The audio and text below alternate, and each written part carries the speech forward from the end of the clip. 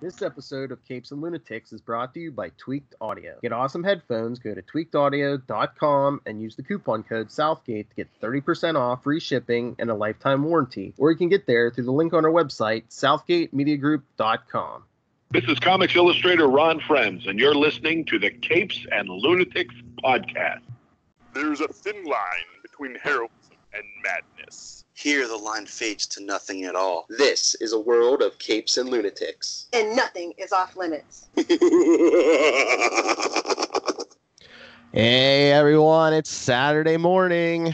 Ready to roll. Charlie Esser's all perky and well coiffed. Little Hellfire. Well, she may live again.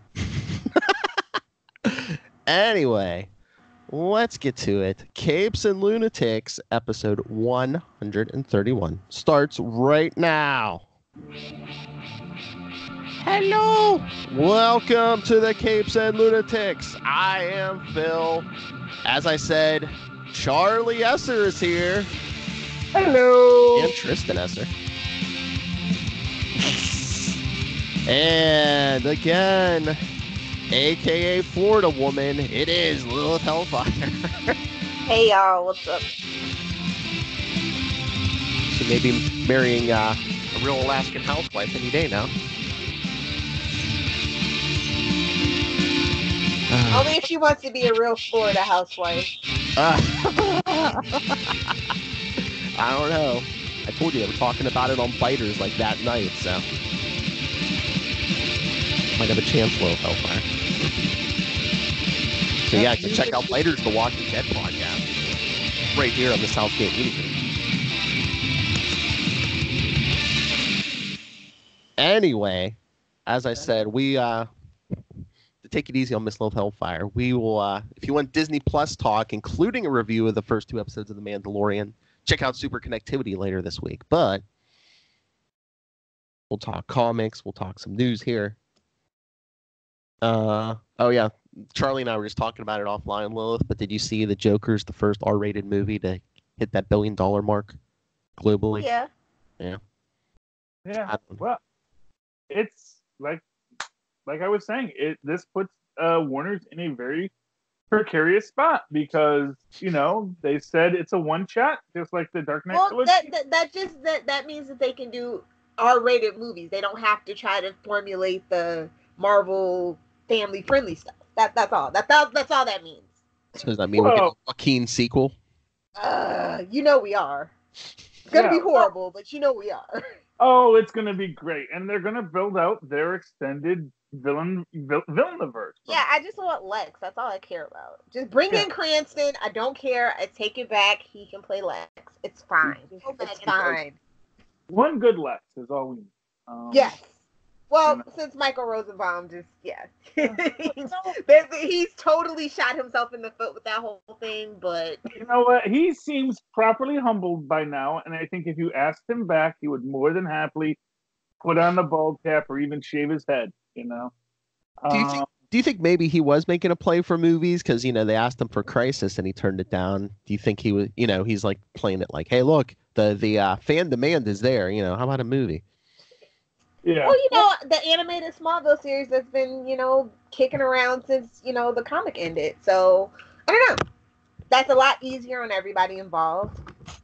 He has his home studio. He can do the whole thing from. So, you know, just throw that out there into the universe. I mean, yeah, I just think that, you know, DC turning into the darkness is a good idea. You know? You mean turn it into the Batman skin more? No, well, I mean, it's not even the Batman skin. It's just embracing the fact that DC has great villains. We're dark. Yeah, well, dude, you know, Batman exists almost to the point of self-parody at this point. So, but his villains, you know, were always self-parody. So, it works for them. You know, they're tragic and they're tortured, and you know, that's what makes them good. And you know what made the Joker good was that it was a very human story. You know, and that's, I think, what has been missing from DC is that idea of a human story, a story about people living a life that is not cosmic, and for what it's worth, that is always what made Marvel films possible. Was for whatever they were doing, they were always just human stories.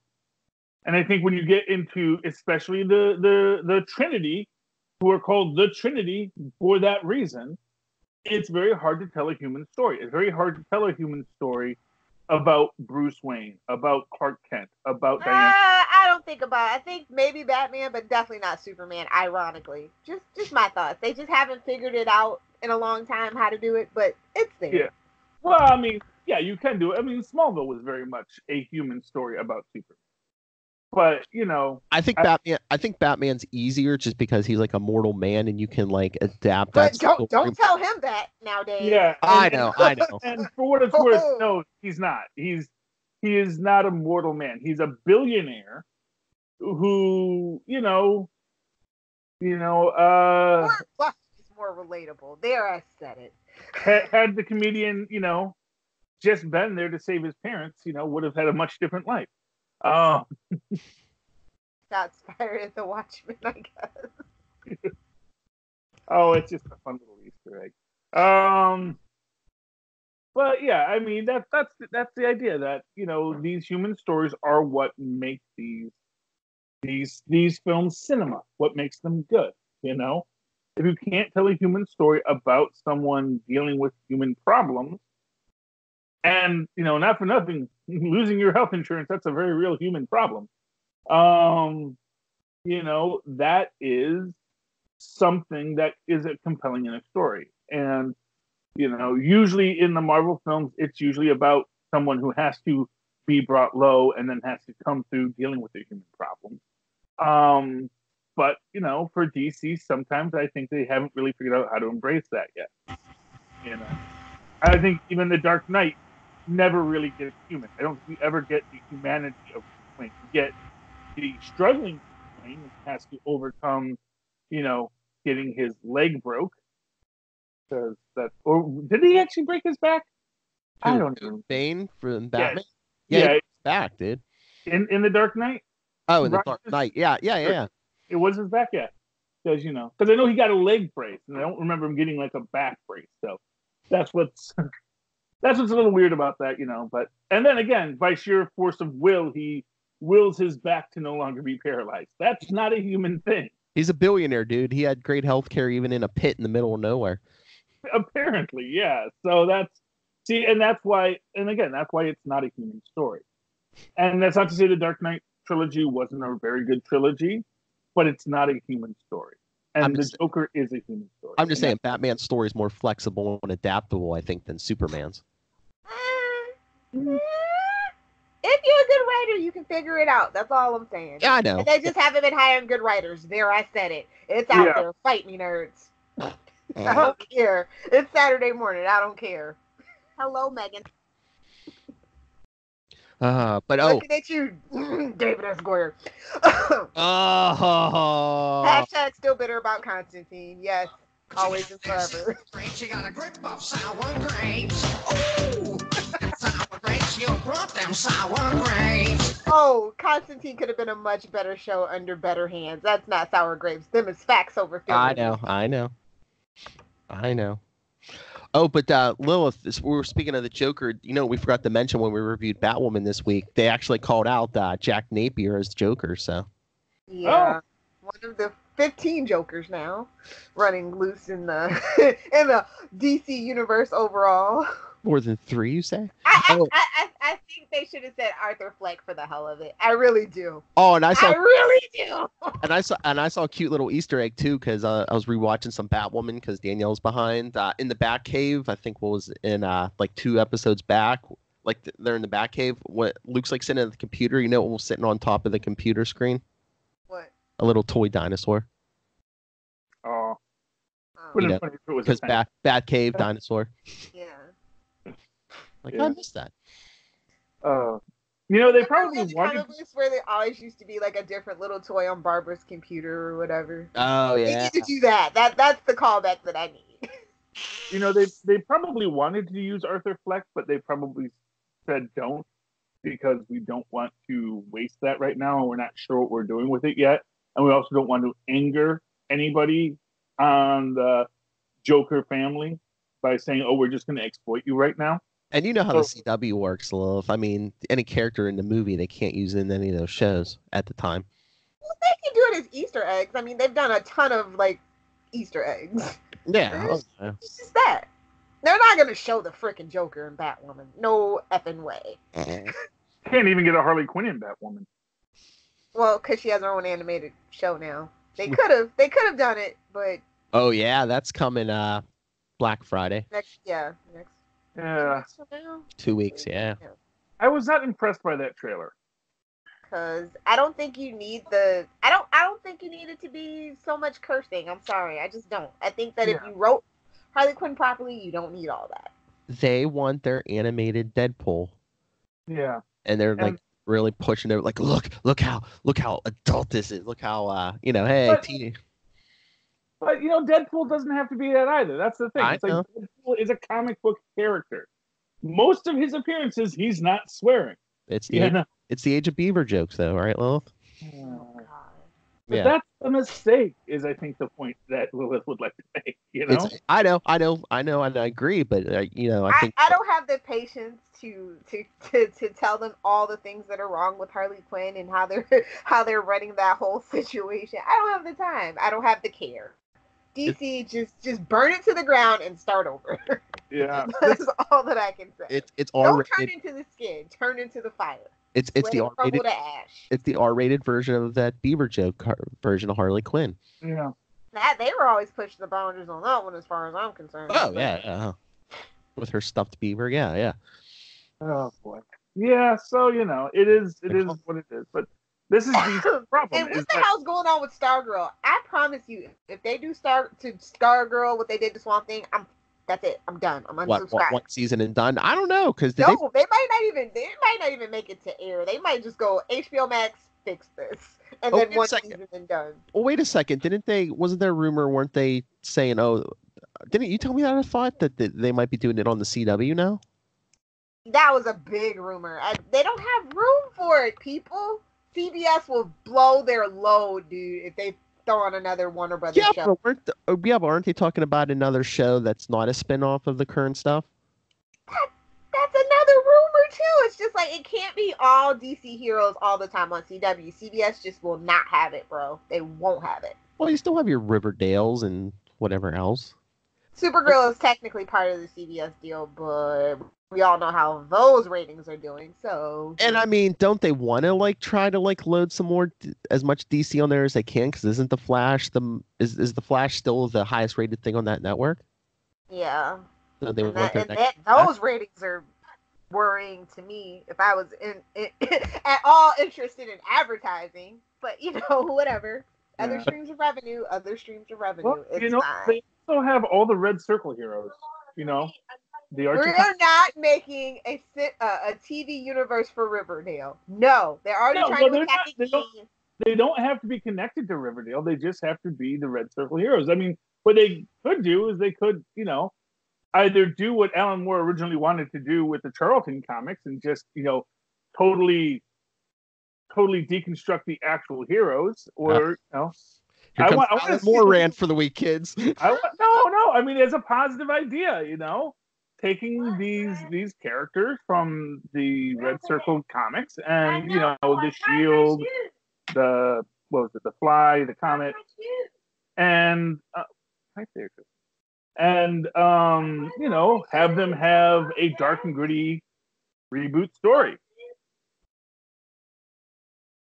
You know what? Greg Berlanti's got too much power. That's just what it comes down to. And somebody needs to knock him down a peg. There, I said it. Oh, I'm over it. really? Girl's done. I'm over it. I can tell you how I really feel. It's over.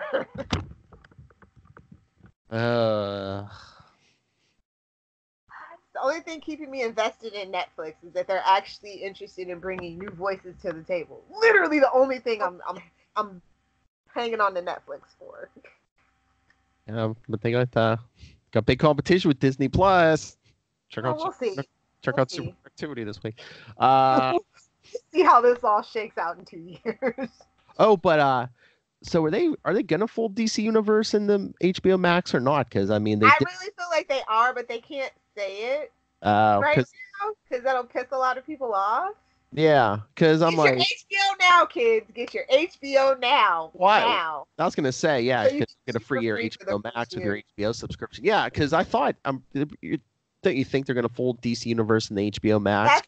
Yeah, they need to streamline it. No more you cannot saturate the market anymore. It's done. Fold it in. Fold it in. So you think that the plan's already in motion? They just can't announce it yet? Yeah, I think they didn't really think when the AT&T thing was going on. I don't think they really thought it was gonna go through. And then it was just because I was really surprised that they didn't actually just do Warner Media app instead of the whole HBO Max thing, but they're pinning their hopes on that prestige of HBO and its good programming, I think. They wanted to be the first one. They wanted to be there before Marvel with DC Universe, but it's like, again, I think we said it. You don't have the content, don't do it. Who cares if you're first if you don't have the content? But I mean, well, although they did announce Titans is getting the season 3 in 2020. Of course it is. But no, actually, low key, nobody cares about Titans anymore. It's all about Doom Patrol. If you're on the forums. How dare you? No, I mean, I get it. Nightwing is coming. I mean, I will agree the last couple episodes of Titans was trash, but Nightwing is coming. I know, but I'm just saying people are more invested in Doom Patrol. And I'm just kind of happy for that. Well, they already said that's going to be on DC Universe and HBO Max. Yeah, and then it's going to phase off from DC Universe right before they... Guess what, kids? Everybody's on HBO Max now. I mean, like I said, HBO Max got me with South Park and freaking Rick and Morty. I'm like, yes, no more Hulu. Hulu is I hate their interface. I hate it. Get better programmers. Your user interface sucks. So you don't think we're gonna? Is that why they're holding off on Stargirl because they're waiting for the HBO Max? I heard it didn't test well. Oh, but really? It's too little, too late now. It just seems this is our third version of Stargirl, and everybody's kind of like, eh. I mean, with the exception of the Young Justice, the animated series, it just seems like DC Universe. They just want I don't know, adult stuff because every. Well, and I'm fine with that, but there's a way to do adult content without doing a Beaver joke every 30 seconds. You know what I mean? And it's why don't you do a little bit of everything? Bring it too. I mean, it's just to differentiate yourself. Why not? Go for it, but do it better. That's all I'm saying. Just do it better. Yeah, but I don't think they're in the adult content doesn't necessarily mean hardcore sex scenes, which we haven't had any. And nonstop cursing. But yes, I want to see somebody pay a mortgage. That's an adult situation I want to talk about. Yeah, because I mean, again, not to go back, but Disney Plus. I mean, watching The Mandalorian this week. I mean, I appreciate it. I could watch it with my son. There wasn't any language or anything, and the thing I really loved, the episodes are only 30-some minutes apiece. They kept it nice and tight. Yeah. And to be fair, if you look at most HBO content, Game of Thrones aside, that's usually not a lot of sex and language. I mean, you'll get a little language, I know Showtime took that torch and ran with it, to be honest. Yeah, well, exactly. It's it's a thinker. They do a lot of thinking pieces on HBO now, but when you if you're a '90s kid, you know what I mean. HBO was a little. Are you telling me in Watchmen we haven't been seeing dong? Have you? I haven't watched it. I don't remember seeing any dong in Watchmen. I don't think you're allowed to do full frontal even on premium cable. Oh no! Remember when he aged up those clones? I saw some dong there. They were doing Dr. Manhattan play. Yeah, but I want to know whose job it was to paint that dong. They probably had the actor do it. Somebody's job, Philip. Philip, grow up. See, this is why DC thinks they have to do Beaver jokes. Everyone at DC tunes in to Capes and Lunatics and say, "Well, Phil is our target audience. He seems to love dong jokes." So More No, though. no, actually, we try to keep the dong jokes to Wayne's World just so DC doesn't get that idea. Dong is a medical term. Fight me. I'm trying to inject some humor, Charlie Esther. This is not Meet the Press. Potty humor.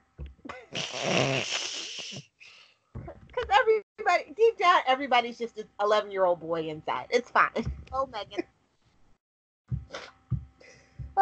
So my comic book selection was kind of weak this week. Oh, look at her jumping right to comics. Yeah, there's nothing interesting that happened really in the entertainment world. So, Feels Comics Corner. Well, Disney Plus, but you'll never admit it. like I said, I literally everything that I'm interested in Disney for, I own it already, and it's in my Plex Media server, so I don't actually have to dig out the DVDs or anything like that. So I'm good. There's I'm lots fine. There's gonna be lots of Marvel coming, including Okay, Baron, that stuff I don't own on Blu-ray or DVD, but it's fine. Baron At some point. Zemo's coming. Yay! Call me when Namor gets his own show. Call me, then I'll be interested. Oh, That's probably in like the next 2 years. They're gonna be digging deep because, yeah. why? Who would play Namor? I don't even know if there's an actor that can pull that off. To be honest, can we just dye Chris Evans' hair black? Can we do that? What? We'll just dye Chris Evans' hair black. It'll be fine. Who has who? Well, didn't they say? Wasn't there? I don't know if it's a Can legend. we get Liam Hemsworth to dye his hair black? Just Who- keep it in Hemsworth family. Who can pull off like a Leonard Nimoy look? Are we just gonna call Zachary Pinto? So that's what I was gonna say. Whatever his name Hair is. usually black? What? Isn't Chris Evans's hair usually black? I know I've seen him in roles with black hair before, so. Yeah, I've only seen him in like the one with black hair. I thought maybe it was like brown, maybe. I don't think it was like jet black.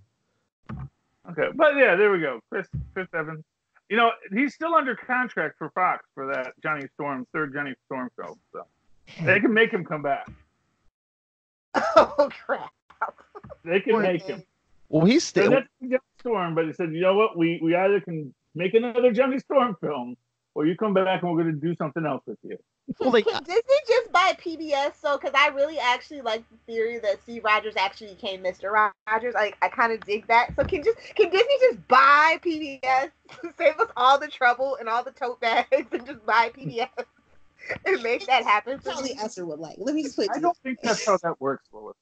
I think it is. I think at this point it really is. Crony capitalism. Let's just get it done.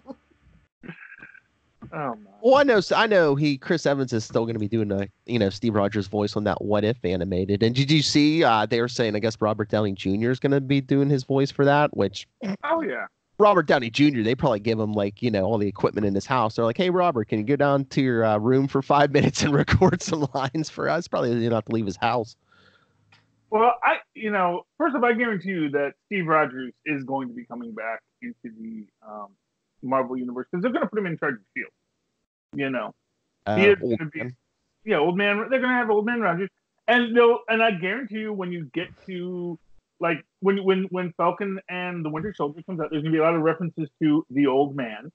The old man upstairs and the old man this and it's going to be, and like in the final episode, you're going to see they're actually going to have him there in the old man makeup in his little super soldier spandex.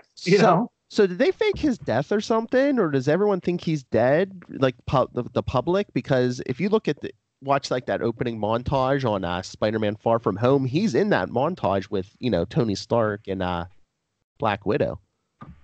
Yeah,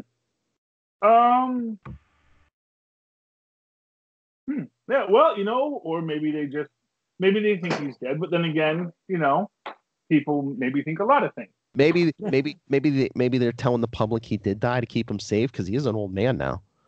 Yeah, or just give him his privacy, or like I said, he's going to be taking over in that Nick Fury role because they need someone they can trust, and maybe they even just did it because he got aged up, so we kind of lost him. He's not a superhero, so there's lots of possibilities there. True. It is an open question. And maybe people do think he's dead, or they just haven't seen him in a while. And that's the thing. He was a public figure, and we know that some of these people are no longer public figures. They maybe didn't publicize what happened. They just said, now we know that the new Avengers of Wanda Maximoff, Captain Marvel, and Falcon are doing their own thing, or they know that Falcon's now the Winter Soldier, or Falcon's now Captain America. So clearly, Cap must be dead. People assume things all the time. Yeah. All right, so we getting some comics. Yeah, let's do it. All right. Bill's Comics Corner. All right. Where are we gonna start? Should we do Bendis report? Oh yeah, let's do a Bendis report. Because there's at least 2 books. Just Bendis. All right, people.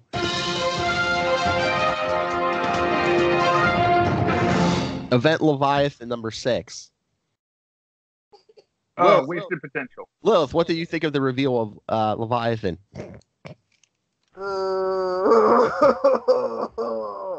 Mark Shawn, for those. Somebody get Tristan Esser on the phone. At this point. At this point, someone get Luca Perich on the phone. Come on. Well, okay. To be fair, this is someone who existed prior to this moment. This is someone that was Easter eggs were dropped for. There were breadcrumbs. This is not Tony Stark's last issue. Last issue, they're like, "Oh, you're a manhunter? Wait a minute, a manhunter? Manhunter." Yes, well, exactly. I mean, but my point is that he didn't do a Tony Stark secret parent. He didn't do. It's 2 people you never heard of before. He didn't do a Gus Foreman, but that's okay. We're gonna save that for David F. Walker to do. Okay. Best thing about the book is the Talia, Robin, and Batman interactions. Hands down. Best thing about it. Yes. I don't know why they're all of a sudden reminding everybody that Talia's Batman's baby's mama, but okay, we can do that. That's fine. I don't know. Maybe they're making some big push for Damian for some reason. I don't know. Deathstroke is his father. Fight me, nerds. Oh! Batman is a cockhold, I tell you. A cockhold, I tell you. Fight me, nerd. But I don't have a problem with Mark Shawn being Leviathan, but I thought these days with the state of the comic industry, they're trying to get more people in here maybe make it some big, make it a Jimmy Olsen or something, and, would people... Yes, give the redheads their due. I haven't read a comic book in 20 years. I might have to check this out, something like that. But can we talk about the F you Superman? I was like, okay. What, Leviathan? Yeah, it's just like, okay. This is like, I don't know. I just need somebody who actually loves, that I feel like loves Superman to be writing Superman and Superman related things. Well, I thought you were talking about Superman 17 because we know the reveal's coming, but this issue is just going around saying, I might have to do something. Hey, Supergirl, I'm going to have to do something. It might affect you a lot, but, he never comes out and says it, but we know it's coming next issue. Yeah. When he reveals his identity to the world, because Bendis loves that trope. But you know what's weird to me, at least from the lessons I read on that, was that it was like first he tells Jimmy Olsen his secret, but it's like, doesn't Jimmy Olsen already know? Or is that like 3 continuities ago? That was during New 52, and a lot of that got retconned because... Well, I mean, not retconned, carefully swept under the rug, where now there's a huge pile under the rug. Well, it's like but I thought like going all the way back to the Golden Age, I thought that was like Jimmy Olsen was the one person who knew his secret. Oh, no. But I mean, they've done that so many times because Lilith, remember during, what was that, like Countdown or something, Jimmy Olsen found out and then they like just ignored it. And then in New 52, Superman. Okay, here's the whole thing. Superman. If you ever read My Pal Jimmy Olsen, like I have, like it's hinted, but it's not explicitly stated that he knows. Mm-hmm. It's kind of one of those plausible deniability things. Mm-hmm. Sort of like Commissioner Gordon and Batman. Yeah, very much so. So. I think Lois always knew too. Of course. But she had to play coy because you can't be a smart gal, especially back in those times. Oh yeah, back in the 30s. Unattractive. There was a great sitcom in the 80s called Once a Hero about like, a Superman pastiche coming to the real world, and he does this whole thing where he reveals himself to his plucky girlfriend reporter, and she's like, "Oh, good, you're already in costume." It's like, wait, you know? It's like, of course, we all know. Nobody ever mentions it because the writer never wanted us to mention it. But yeah, of course, we all know. It's not a good disguise. No. So yeah, that's a good one. Once a hero. Yeah, so that's another thing. Very hard to find. You know, people always say, "Oh, you know, nowadays you can find anything." Yeah, not everything. Not if somebody didn't tape it on their VHS and then remember to upload it once the internet became viable. Yeah, it's like.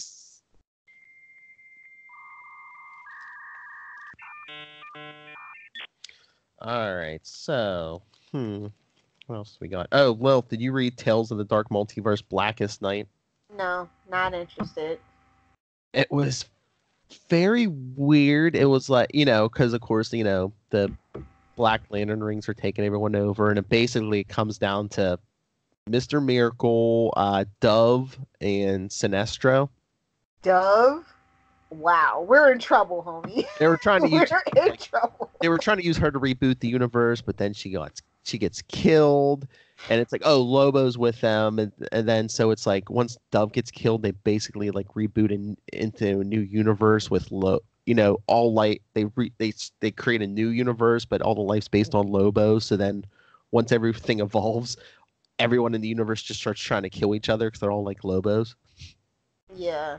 What's with this big push for Green Lantern though? Like, because Far Sector #1 is also about a Green Lantern. I picked that up because it's a #1. Just I did not get that. Was that any good? It's weird, but the art is absolutely stunning. Shout out to Jamal Campbell, and it's written by N.K. Jemisin. I'll probably pick up the next 2 issues. It's an interesting story. It's like an original Green Lantern. It's no one we've yeah. seen. Right? Yeah. So yeah, like I'm interested, but it's like this really big push for Green Lantern, and well, I'm kind of confused. Because that Green Lantern series coming to HBO Max. I don't think it's gonna do as well as they think it's gonna. I know, but anytime they get a TV or movie, they're like, oh, we gotta do something in the comics. I think Far Sector would be the best thing to push, not like this traditional Green Lantern stories that they're trying to tell. And I really don't care about this whole Blackest Night thing. I was like, we've been there, we've done that. I don't care. Can we get Hal as the Spectre again? No? Okay, I really don't care. The Tales of the Tales from the Dark Multiverse thing, DC's doing their what if. Yeah. They even have, it's always introduced every issue by Tempest Fugit, or what is that his name? But AKA their Watcher, basically, Yeah. He watches all these dark universes. And to be fair, we've had what ifs, AKA Elseworld Tales before. Yeah. So, do that it's not a what if. But this is such a big what if ripoff because they have like a cosmic guy who watches all these alternate universes and stuff, and it's like, okay, DC, I see you. Oh well. But I think you might like the Far Sector. It's different, and like I said, the artwork is actually really stunning. And this might be the first female Green Lantern I can get behind. Oh, phrasing, boom. Nice. What species is she? She's humanoid. Is it something we know, or no, brand new, totally. Does she have a distinguishing non-terrestrial trait, like purple or pointy ears or horns or anything? No. Oh, that's disappointing. She has dark skin, but I mean, just from the slit I saw, she looked human. But I knew she was like some kind of alien. Unless there's a twist, I don't know. She's human to me. They want to kind of focus on a human. Of course, they want to focus on human Green Lanterns. Of course. Well, I just hope she's not actually like a human. That would be. Well, at this point, that makes like what 8, 7. They could just have their own Green Lantern human patrol at this point.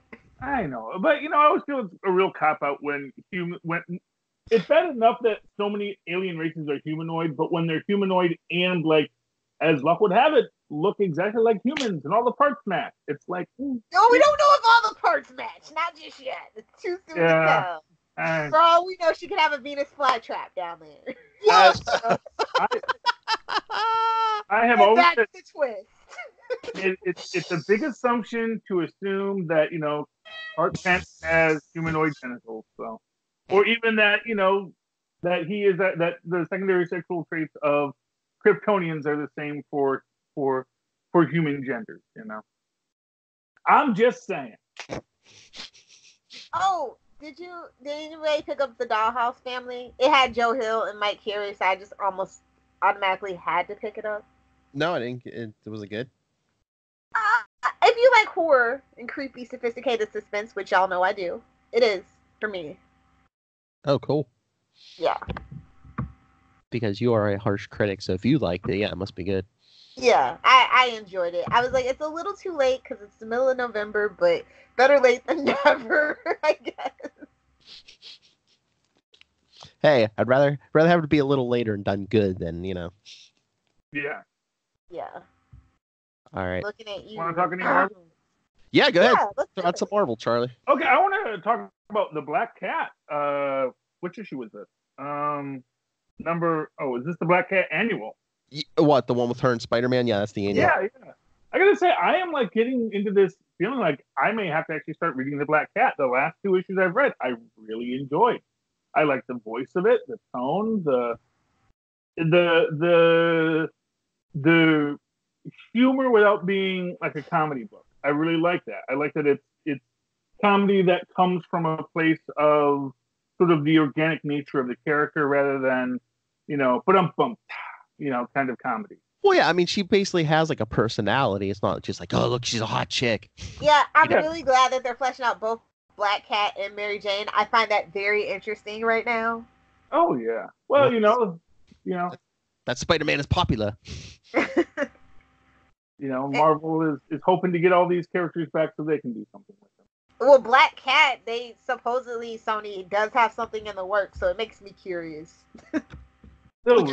Like I said, I don't know if I was here for that Black Cat Silver Sable team up. I would just go for a Black Cat solo thing, Well, and again, what story was that? What was Silver Sable in this week? Was that Black Cat? No, that was Amazing Spider-Man. Yes. Which I also loved, and I had no idea that was that had happened to Silver Sable. So that was a really that was a few years ago. That was like not too long before Otto became Superior Spider-Man the first time. Yeah, but did they reveal that she's actually all tore up, or was it just like, oh no, I have an LMD running around? Well, no, she disappeared for a while. You thought she died, and then all of a sudden, she, after a while, she was back, and they were just like, oh, well, she's alive. But yeah, they didn't. But this was like the reveal that it was all an LMD the whole time. Yeah, Silver Sable's been driving an LMD because she was injured. Yeah, and that was cool. That was a really cool reveal, and yeah. Although, man, when they mentioned Otto, and I'm like, oh man. That's my heart out again. He's like, it's too soon, damn it, it's too soon. Yeah, well, I mean, get my YouTube numbers up, Charlie Esther. Start crying. Come on. Yeah, I like that in our solicits that lands Spider-Man 2099. We also have a Doom 2099 somewhere in this storyline. Oh yeah. Oh hey, special announcement. Yeah, there'll be one special episode in the end of November, and one probably towards the end of December. Matt, Kona, and I, and anyone who wants to join us, we're going to be covering the 2099 books that are coming out. Oh, the new one's great. Yes. Is Doom 2099 going to be one of them? Yeah, Doom 29. Oh, Charlie, you didn't see. There's going to be a Conan 2099. Okay, if it's the actual Conan, I'm down for it. I'm not sure. Maybe. Yeah, that man, he's so unhinged in time right now. I love it. I love my Conan. They better keep these rights because they're pumping out the Conan content like. I gotta assume that There's a movie coming. Well, there was a discussion. I gotta assume that there was a discussion that Disney said, nope, our this is ours now. You can't play with it. I gotta feel that it may not have been bought lock, stock, and barrel, but I think that at least the lock and the stock are theirs. He's not going anywhere anytime soon. Yeah. I think the best thing about this Black Cat series annual though is that it actually had that really cool tie into the main book. Because usually, a lot of annuals don't do that anymore, and I thought that was really cool. I do. I like when they tie into the series. Yeah, because it's like a prequel. Because it's like you did in Black Cat #1, which is that's how it opens up with her in the museum heist. Oh, okay. That's what that was about. Okay, yeah. And then they had a bonus story too, and I'm like, for $5, thank you for adding a bonus story.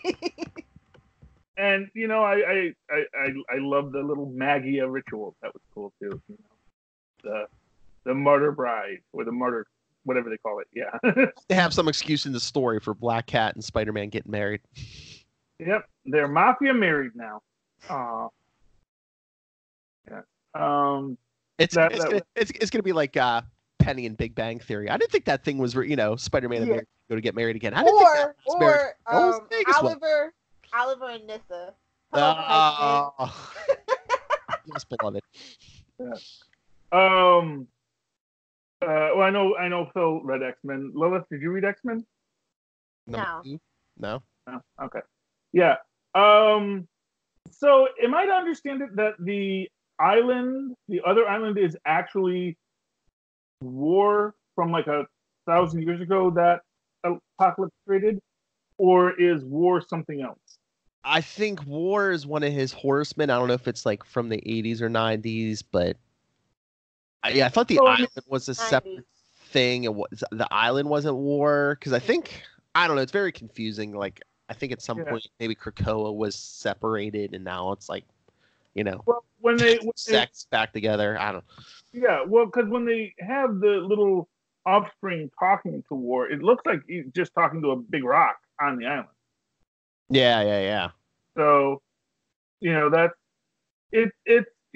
it's very interesting, and I like the idea that you thought Krakoa was the first mutant who turned into an island? No, there was one 1,000 years ago, and for whatever reason, Apocalypse named it War, or made it his Horseman of the Apocalypse. Well, I think it's like they supposedly Xavier's been assassinated, so now Magneto and Apocalypse have Yeah. The biggest thing is, if you have Cable, why do you need Prestige? They're both from dystopian futures. Pick one and get somebody else. Family. And again, I Screw the Summers family drama. I'm sick of the Summers. Are they clones of them? I was gonna say, well, it depends if they died, I guess. But I'm just like, maybe they cloned this out of Cyclops. But I'm like, why is he so chummy with Kid Cable?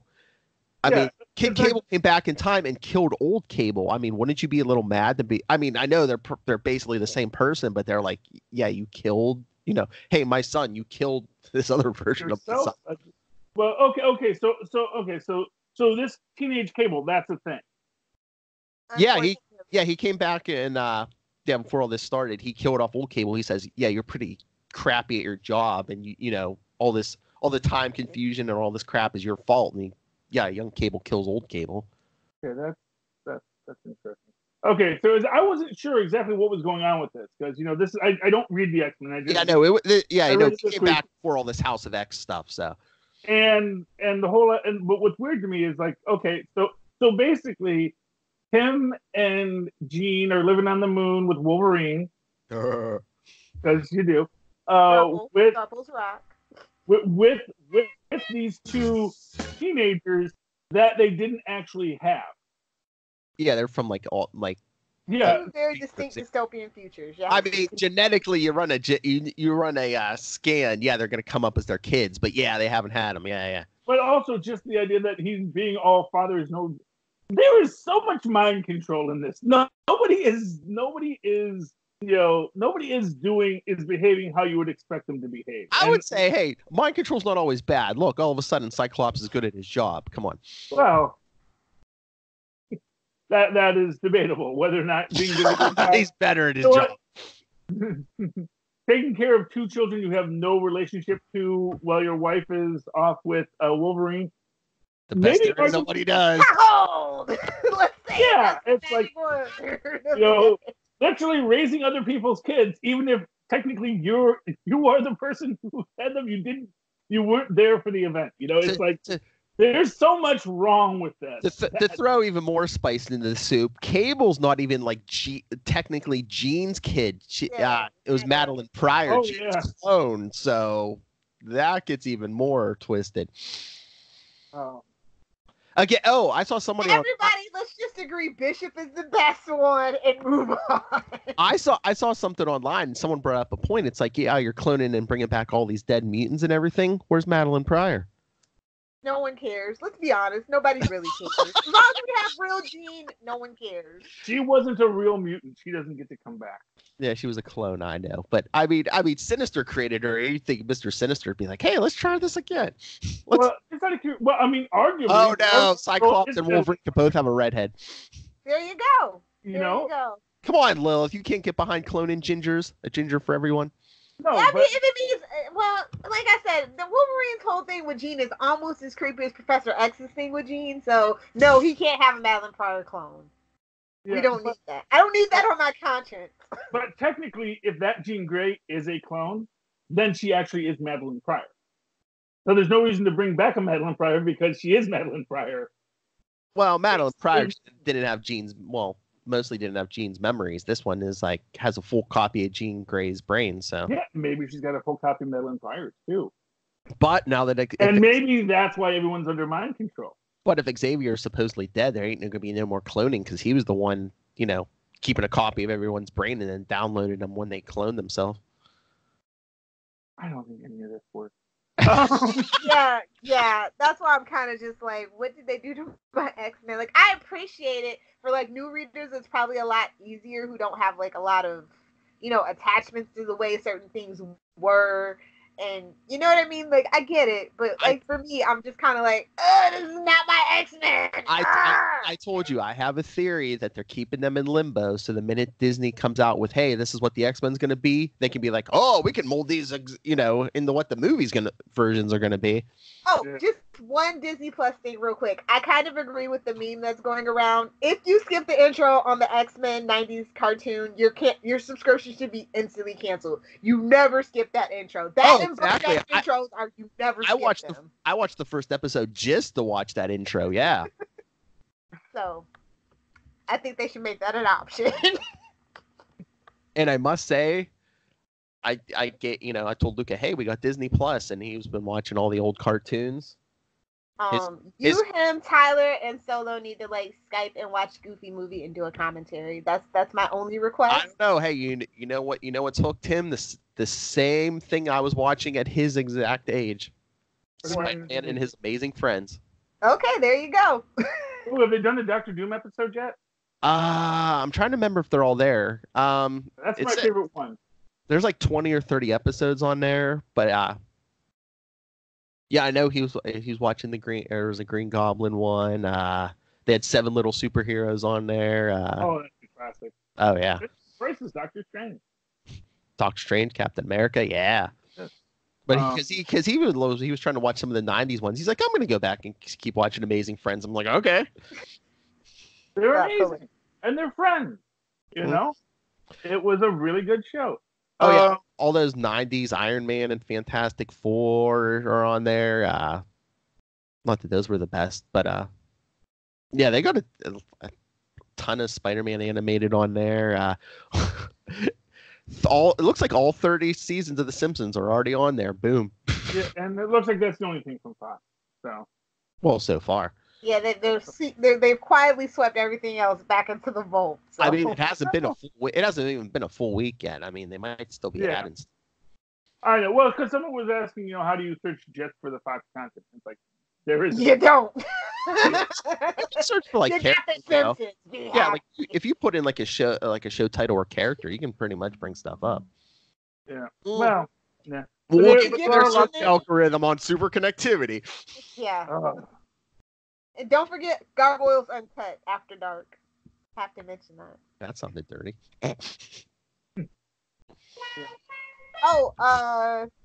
What other book? Yeah. Oh, Morbius #1 came out. I haven't read it yet. Has anybody else read it? No, I did not get it. I was gonna say, is it any good? I don't know. Like, I haven't read it yet, but. Punisher Soviet #1 though was interesting. Oh, I did not read that. I was thinking about getting it. Is that good? I think you'll definitely like it. It's Garth Ennis, so I think you'll really like it. What is it? Garth Ennis. So if you're into The Boys and Preacher. Punisher Soviet. Soviet. Oh.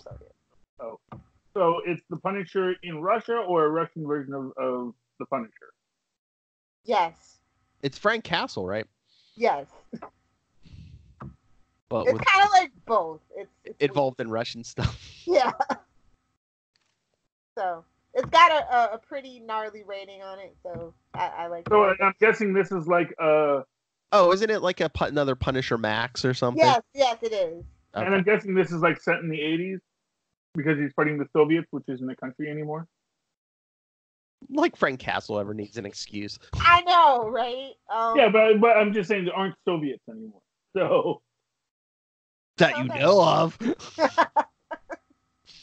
It's basically just about Russian mobsters. So I think he's an old guy still technically. Yeah, he didn't fight in the Vietnam War, but he's still old. He's old enough to remember Soviets. Yeah, it's Punisher Max, so it's not in regular continuity. Yeah, no, but that's what I'm asking you. Because like when they did, I think when they did the Fury Max, that was set like in a different point in time. Like they will go back in time with the Max series. Yeah, they can do whatever they want. It's the mid '80s. Okay, yeah, that's all I was curious about. So yeah, it's a lot of some nice Rocky references, Oh, MTV had music. Exactly. Kids are like, what? Yeah, I mean, like, if you need a break from, like, Black Cat and her jokey jokes and, happy shiny stuff, this might be a nice little detour. Hey, Black Cat is Shakespeare compared to that Harley Quinn Beaver stuff. Thank you. Oh, I agree.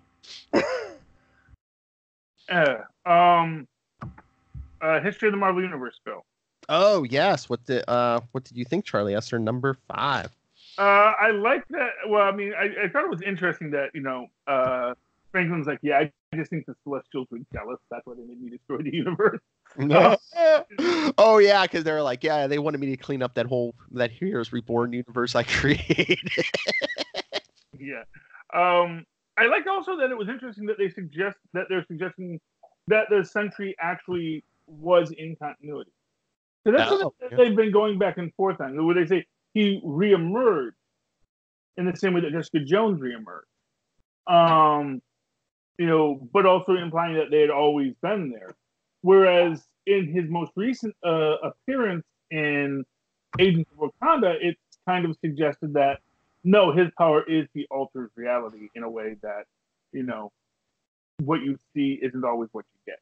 That he alters reality where he's around. So it's an interesting question, which is which. But then again, as we saw, Mephisto altered reality also imprinted on Galactus. So yeah, but what was interesting though, because the timeline it would have been in this issue, they did no mention of Mephisto sweeping that marriage away. Not even a hint of that in this issue. Lil, they mentioned Civil War, they mentioned all this stuff, but no Mephisto wiping the marriage away. Yeah, well, that is. They're like, don't speak of it. Don't speak of it. Don't feed the trolls. Well, there's definitely a lot going on. Feed the trolls. They cover, Captain America being unhinged in time. And they even suggest. Do they get through the entire Dark Reign in this? Yeah, I think I know they talk about Osborn being in charge and become the Iron Patriot. Yeah. Because they get all the way up to AVX. In this. I think that's where it ends, right? Or they wrap up AVX, and then next one is where they mention then that because they just brought the young X-Men to the future. Yes. And the Avengers are fighting Age of Ultron. So. Yeah, because I think the next issue is the last one, so it should go from there to the present day. Yeah. Oh yeah, because we got Lady Thor and Ms. Marvel. Yeah. And all of them in there, so that's good. But I'd say like if you're a new reader and like a quick Reader's Digest version of the whole Marvel universe, I'd say pick this. It's going to be 6 issues. Pick it up. They'll probably put it in one trade. Yeah, it's not as comprehensive as the original Marvel saga. No, but if you want like the cliff notes of the Marvel universe, it's a real 30,000 feet overview of it. And that's good. That's useful. I'm sure for a lot of people, Do you think that's what inspired DC to do the? They're gonna be putting out like a new timeline, Lilith, as they saw Marvel putting out a history of the Marvel universe, and they're like, okay. No, we just actually need it at this point. We need it. Oh, we definitely need it. But you think it'd just be like, for new readers who are like, boy, I'm confused. Yeah. They put out a book, but then even that one is not as accurate now after. And then I guess I don't know how Dida's doing it, but I guess however he's playing with time, Superman's not going to be the first hero. It's going to be Wonder Woman. Which makes more sense to me. Well, yeah, she's Yeah, a mortal. Yeah, she's from Cemetery. And they definitely, if they're gonna do anything with the movies, that makes sense too, because she is the first hero in the movie universe too now. So Yeah, what's interesting is I know DC did a complete history of the DC universe back in the '80s, which was actually I really enjoyed that book. As I do, and most of what I know about the DC universe is from that. What year is that? 'Cause I wonder if that was pre or post. I think it was post Crisis actually. Maybe. I'm gonna say it was 87, 88. So. Okay, yeah, I think you're right because after Crisis, they're probably. Because I have that somewhere. Here's what's new. Yeah, but that was a really good book, and its format strikes me very similar to this, where it is sort of the cosmic entities discussed. And here's the story of how all of this entire universe really just boils down to this one planet. This backwater swamp of a planet. Yeah, that for some reason all the trouble comes. Yeah. I just they've done right. Just go back. Damn hippos and antelopes. I mean humans. He was right. Just go back in time. Never let it gel into life. It would have been better off. Be making sweet, sweet love to the timeline. Those flash drops always come in handy. Yes, they do. All right. I want to mention two. First, Detective Comics 1015. I know, Lilith, you probably aren't reading it. No.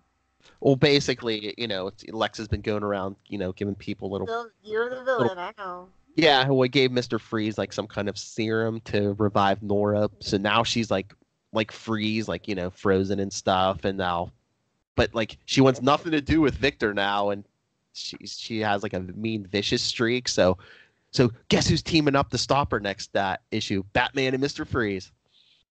Yay! So has her heart turned to ice?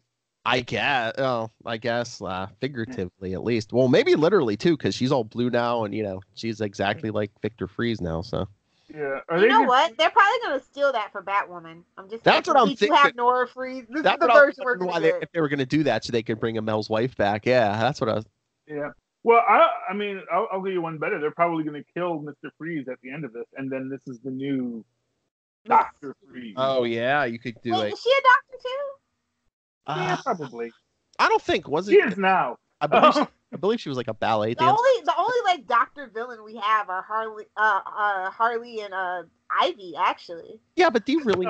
Do you really need to have? Really? I judge his credentials as non-existent. Do you really need the piece of paper to use the honorific? What do you think, Professor? Well, for doctor, you definitely better. Yes, for doctors you do. That's why I do not call myself Dr. Esser. I am. That is why Rob is merely a master of doom. Oh! All hail Master Doom. All hail Master Doom. Yeah. Shots fired, Rob. You better go get that PhD. Oh, you can do as much with a master's degree as you can with a doctorate. I keep threatening. I gotta contact him and be like, hey, I need some Master Doom drops. Yeah. But post to social media. They could call her Mrs. Freeze, but I think more likely they're gonna call her Dr. Freeze, just so that it doesn't seem like she's subordinating herself. And her husband's dead now. Lady Freeze. Yeah, Lady Freeze. There we go.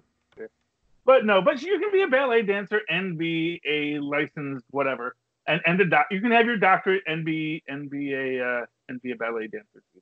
That's perfectly acceptable. Look at Harley Quinn, a gymnast and a licensed therapist. Well, that was probably, you can probably explain that away as competitively. That's how she got to college, to pay for college. There you go.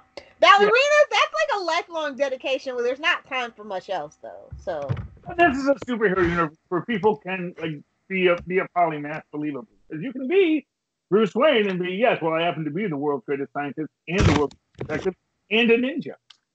Well, they forget about the world's greatest detective nowadays. He has no brains anymore. But oh, nice segue, Lilith Hellfire. Outsiders #7? No, I was going to say the Batman's Grave #2. Oh, okay. No, this is interesting. I think you would like it because I was like, how are they going to it's supposed to be 12 issues. And I was like, how are they going to stretch out this murder case for 12 issues? Because it seemed like he found. Oh, don't worry. They'll find a way. No, like he caught the guy from the murder for the first one. And now I guess like Gordon hands him another case. And now I think he's like working on another murder case. So I don't know if this is going to be like, Gotham SVU. Yeah, no, I don't know if he's going to be like doing detective work on different cases every issue, maybe. That'd be pretty cool. Yeah, so I'm here for. I mean, I'm But here. it's gonna be like the big boss battle. This guy was secretly behind it all. Issue 12. Maybe. What he's working towards. Because all I gotta say is DC from the solicits. I was like, I don't think I'm gonna pick this up. But once I read the first one and now this one, I'm just like, okay, if they keep this formula going, I'm here for this for the 12 issues. Okay, I'll pick it up 1, 2, and 3 when it drops. Because I don't know, the solicit made it seem like all this psychological. Can Batman get in the head of a killer? And I thought, I'm like, yeah, he can. I know, and I'm just like, is he going to be working the same murder case for 12 issues? I mean, World's Greatest Detective. It shouldn't take him 12 issues, but if it's like a different murder every time, oh hell yeah. Oh yeah. Well, I'm sure, and it could be a situation where it's. No, it's Batman cold cases. Cold cases. Oh, I'd be here every month for that. Making it on. He's gonna solve the crime, but then you'll find out that there is some like larger the person who's manipulating the killers. The killer who uses it's Calendar Man. This is your time to shine, Calendar Man. Spoilers, probably. Kite Man. You shut your mouth about Kite Man. Tom King brought him back, Kite Man. Killer Moth. Yes, I was looking at my next one, Killer Moth. Yes. Oh, Killer Moth. He showed up. Oh, it's Man Bat. It makes perfect sense now. It's Man Bat. No Man Bat's in the Dark Justice League. Man Bat, Batman. Yeah, Man Bat is actually gone bad, and he's killing people, but he has to use like different MO so nobody knows that he's out here sucking blood. You know who they should give a Green Lantern ring to is Detective Chimp. You know what? I'd actually be here for that. Yeah, he gets a really great run in Justice League Dark. I mean, it would be a Green Lantern from Earth, but it wouldn't be a human Green Lantern. Exactly. It would be awesome, Yeah.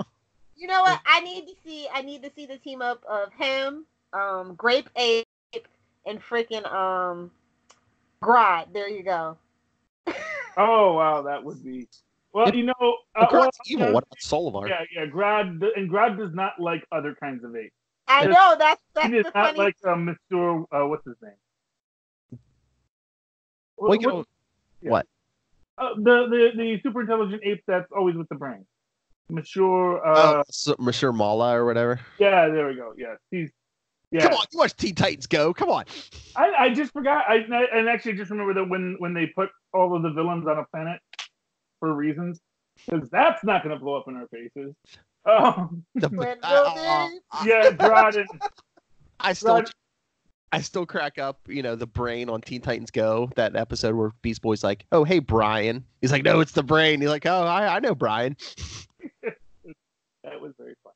But, but I just remember that, Grodd was very indignant when Mr. Mala tried to, say, hey, we're both apes, maybe we should be working together. I am a proud citizen of Gorilla City, not some silly science experiment. Although, actually, aren't the gorillas of Gorilla City, only got to be super genius because of, a random rock fell to Earth or something like that? Meteor, yeah. Yeah, so it's like, we're getting these big floors, Grodd. Well, they addressed that in the 90s. I don't know if it was the same one or a similar one, but it's basically the same origin as Vandal Savage. Yeah. So it's like, okay, Gorilla. Can I shout out something from Boom Studio since I don't really shout them out that much? Sure. It's a book called Folklords. It's #1. It's kind of like the reverse tale, how there's always some kid, he finds a mystical portal to a mystical land. Well, this is a mystical kid that finds a portal to our land, and I kind of like that twist. Oh, it's wow. All ages book. So I thought it was cute. The artwork is stunning. It's written by Matt Kent, and the artist is Matt Smith. Oh, okay. So yeah.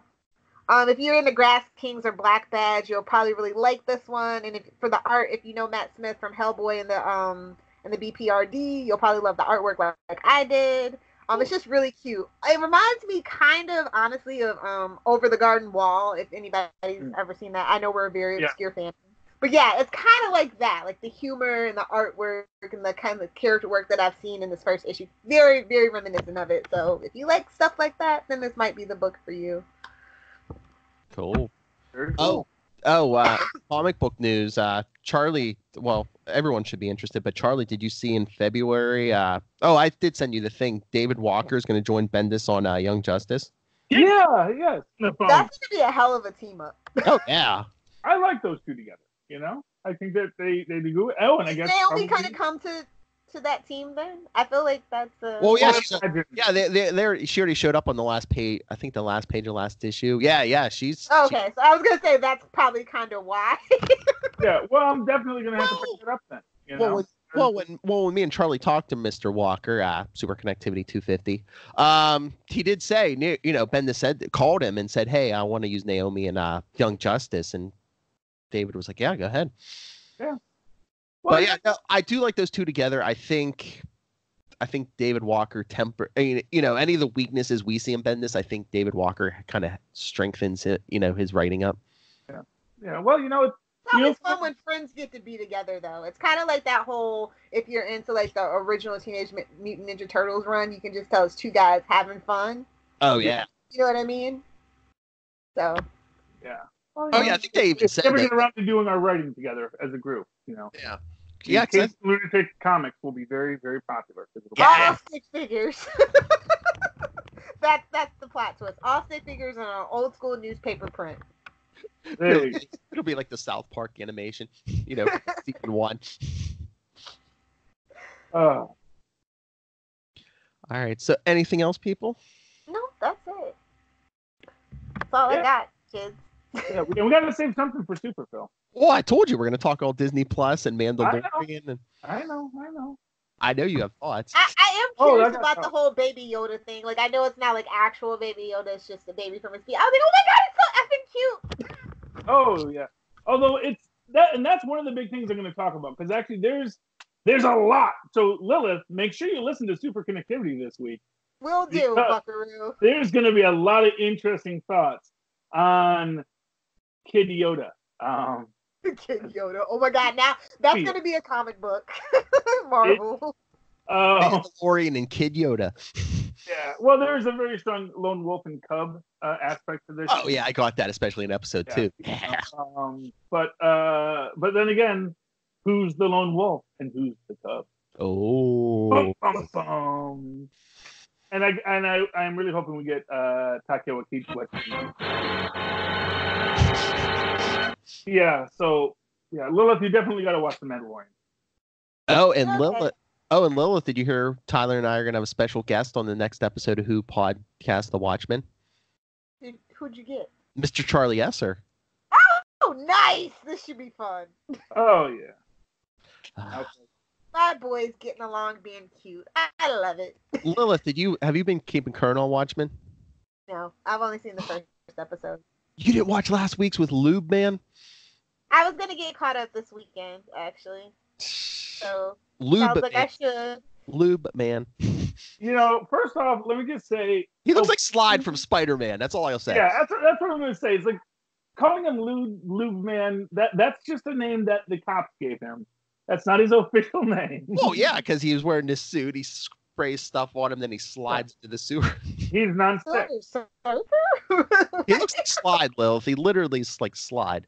And that's his power, man. It's really cool. He's cool, man. Quite. Lubed himself up and slid right into that sewer hole.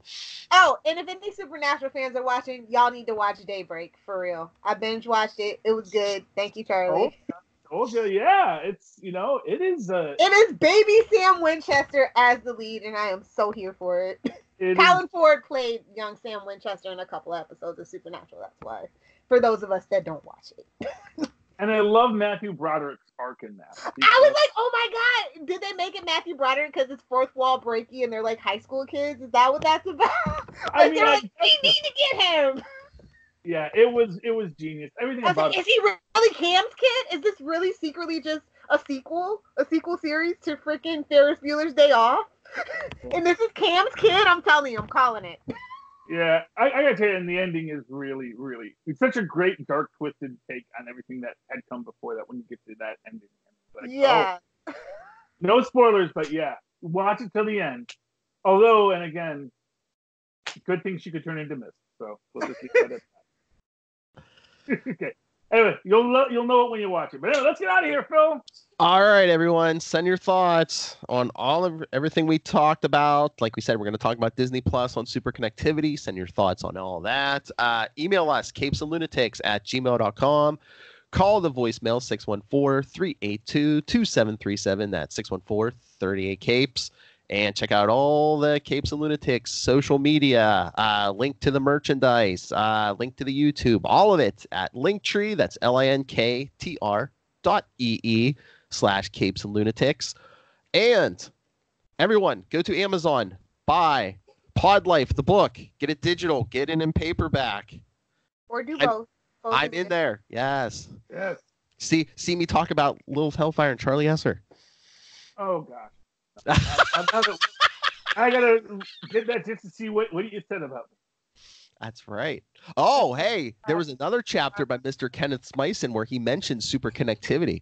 Ooh. Yeah, there's 2 chapters you're mentioned in Charlie Esser, so you gotta pick that up. I better. Gotta find out what they're saying about me. Oh, Lilith, you'll be so proud of me. Just the drops when I was doing social media on the last episode of Watchmen, because me and Tyler were talking about Lube Man. I was like, just slide into, just lube up and slide into our social media and email. Oh, I'm such a ham. Lilith Hellfire, where can people find you? Oh, you can hang out with me on the interwebs via Twitter at Lilith Hellfire. And if you're listening to this podcast, obviously on Instagram, you can find me at Lilith Hellfire69. Hello, Megan. Love that job. All right, Mr. Charlie Esser. Oh, hey. If you'd like to work for me in an old-fashioned way the way our Mahas and Pas once did, please do so at superconnectivityblog@gmail.com. That's superconnectivityblog, all one word, at gmail.com. And of course, follow me on Twitters as I live tweet Watchmen Sunday night at 9, I believe, right? Yes. And on HBO, that's Eastern Standard, folks. And follow me at Charlie Esser, that's CharlieSSER, with the 2 E's in the middle. For quality. Bing. Oh yeah, and you know what it's going to be in 7 episodes of this show? It's going to be episode 138. And you know what 138 is? Double 69. Interesting idea. Yeah, so there you go. Just putting that out there. Ooh. Oh, Lilith, got a plan for the double 69. All right. Challenge accepted. Everybody gets one. It's like Oprah's giving away Iron Fists. Wow, phrasing. I'm going to go through all the old drops, baby. All right. It's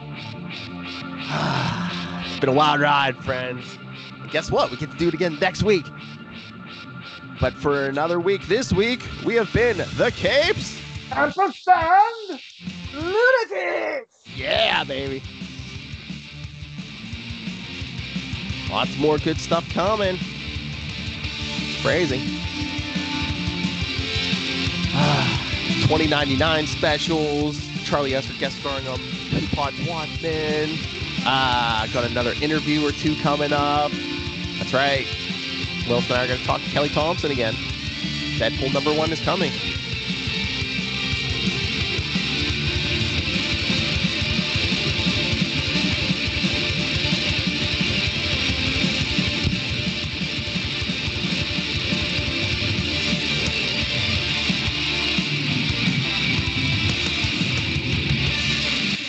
Oh, baby Yoda.